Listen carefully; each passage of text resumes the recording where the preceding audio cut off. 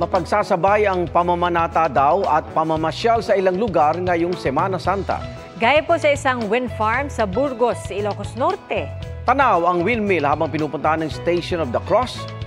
Mahangin din sa lugar.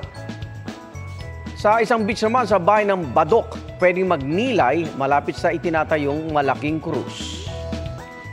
Dinarayo naman na gustong mag-relax ang isang view deck sa Cuenca, Batangas. Bukod sa presko doon at sariwang hangin, overlooking din ang Bulkang Taal.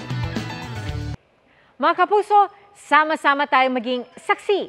Mag-subscribe sa GMA Integrated News sa YouTube at para sa mga kapuso abroad, samahan niyo kami sa GMA Pinoy TV at sa www.gmanews.tv.